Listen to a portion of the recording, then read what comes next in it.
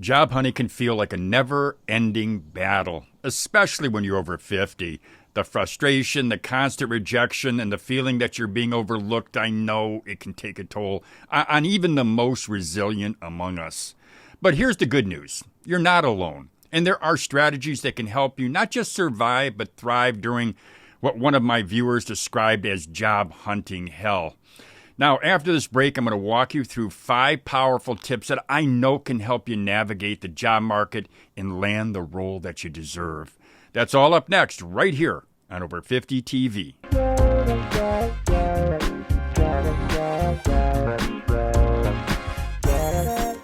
Welcome back to Over 50 TV. My name is Lou Reyes. Well, before I jump into today's video, I want to personally invite you to something really exciting, the Power of 50 Career Summit. Now, whether you're thinking about a career change or looking to pick up some new skills, or maybe you're curious about starting a side hustle, well, the Power of 50 Career Summit's the place to be. It's happening on Saturday, September 28th from 9 a.m. to 12 p.m. right here in my hometown of Cleveland, Ohio. But don't worry if you can't attend, because we're streaming the whole program live on the Over 50 TV YouTube channel, so you can join us from virtually anywhere. Now, if you're interested in getting all the latest details, just check out the link in the description box to join our mailing list. So I want you to consider yourself personally invited to the Power of 50 Career Summit. Now, let me tell you how to survive job hunting hell. I'm going to start with tip number 1. And some of you may consider this a brutal tip, and yeah, you know what, it could be. But it needs to be said, and I'm figuring why not say it here on Over 50 TV. So tip number 1 is refresh yourself. And the first step in surviving this job hunting hell is, you've got to refresh yourself, refresh your resume, and refresh your cover letter. And I'm going to ask you to do something. I'm going to ask you to start by taking a hard look in the mirror and then asking yourself, would I hire someone who looks like me? Yeah, it's an uncomfortable question, no doubt about it, but it's an important one. And the reality is appearance matters in today's job market, and updating your look, it can make a huge difference. And this doesn't mean, and I'm not suggesting that you need to do a complete makeover, but a simple refresh, like a new haircut or updating your wardrobe or maybe a new polished look, it can go a long way in making a strong first impression. Now, another way to refresh yourself is to refresh your resume and your cover letter and your social media presence. And this includes, it's very important, it includes making sure that your LinkedIn profile is up to date and that it is compelling. Now, if you need help doing this, I'm going to ask you to consider hiring a professional to help you craft a resume and a cover letter that's going to highlight your strengths and your experience.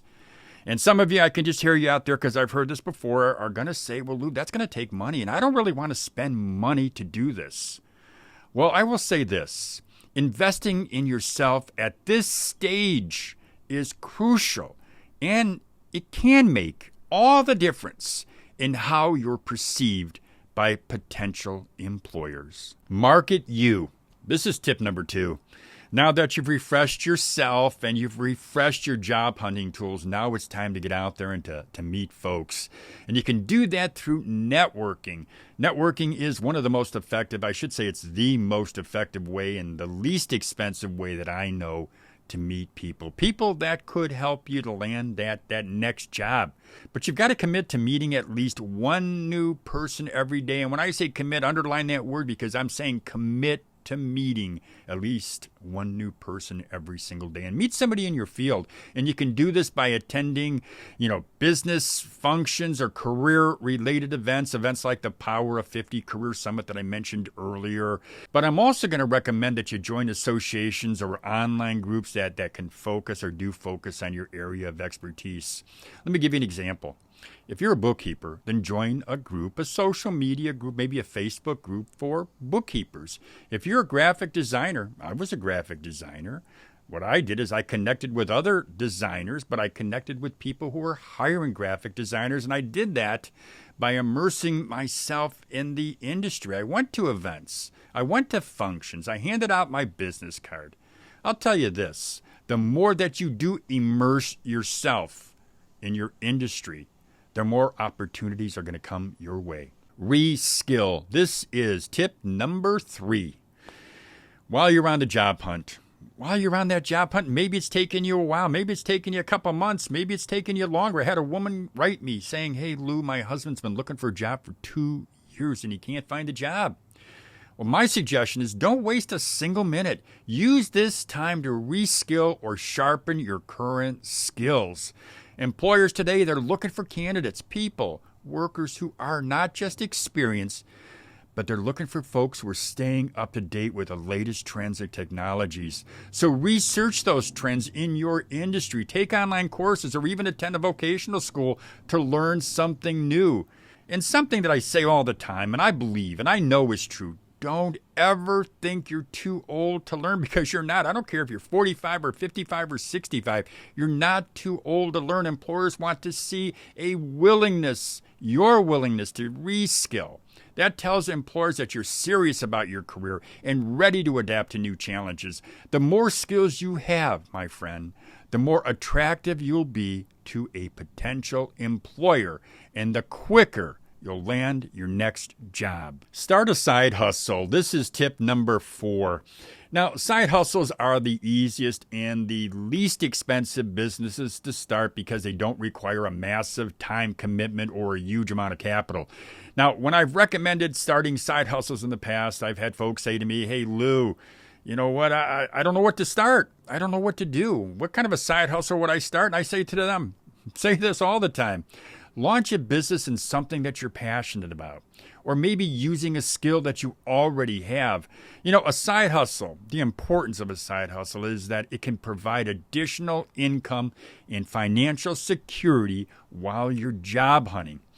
And if you want to learn how to start one of these things, you want to learn how to start a side hustle, well, then check out my Side Hustle Rules YouTube channel. I started that channel to guide folks to that process, this process of launching a business. Now, there's a link to a free side hustle starter kit in the description box if you want to check that out. That's in this video. But also check out the Side Hustle Rules YouTube channel if you want to learn more about starting a business. But you know, successful side hustles, and I recommend this because they can grow into a full-time business. I mean, it's what I've done here with Over 50 TV, because hey, I started it as a side hustle and it's grown into a full-time business. But whether you grow it into a full-time business or you keep it as a supplementary income stream, it's important, because either way you're offering protection against financial hardship just in case you lose a job. Or what you can do, what I find anyway, is it's an asset. It's an asset that you can sell as you approach retirement. You sell it, you get a chunk of cash, and that helps you in your retirement. But running a side hustle, it's important because it can help you to boost your confidence. And sometimes that long trek to finding that job when you're bringing in money through a side hustle, it not only helps you to boost your confidence, but it keeps you motivated during your job search. Be ready to play the long game. This is tip number 5, and this is the last and final tip that I have for you here today. It's essential to be prepared for the long game. Finding that right job, yeah, it could probably will take you longer than you'd like, but that doesn't mean that job's not out there. It just means patience is important. Patience is key, and so is persistence. Stay focused on your goals, and you've got to continue to network and continue to reskill and continue to market yourself. And don't lose hope if it takes longer than you want. That long game, you got to play it, understand it, and be persistent and be patient. You also probably know this, but I'm going to suggest it or say this anyway, that to understand that job market, it is competitive. But I do know with the right mindset and the right strategies, you can and you will find that right opportunity. You've got to keep pushing forward. And remember that for every no you hear, it'll bring you one step closer to yes. And I know we've all heard, that's an old story, an old cliche. When I was starting out in sales, I had people tell me, these folks tell me who had more experience than me, "Lou, every no gets you closer to a yes." And sometimes I didn't believe it, but I found that to be true. And those yeses can change your life, potentially change your life. You just got to be patient. You got to push forward, and you've got to play the long game. Well, there you go, my friends. I've just told you how to survive job hunting hell when you're over 50. But now let me conclude this episode with this last bit of advice. Yeah, I know that job hunting when you're older, when you're over 45, let's say over 50, I know it can be tough. But with these 5 survival tips, the tips that I've outlined for you, I believe that you're better equipped to handle the challenges that could be ahead. Just remember to refresh yourself, market your skills, reskill, consider starting a side hustle, but most importantly, I'm going to ask you to be patient. Be patient because that right job is out there. And I know that with determination and the right approach, you'll find it.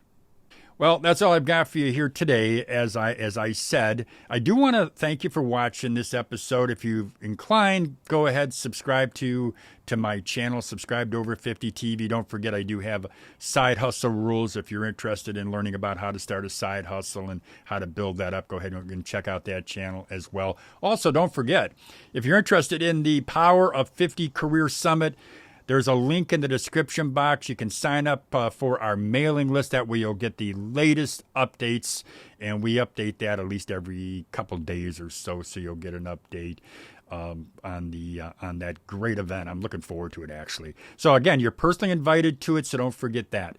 Well, as I said, that's all I've got for you today. And as I always say, have a great day, everybody.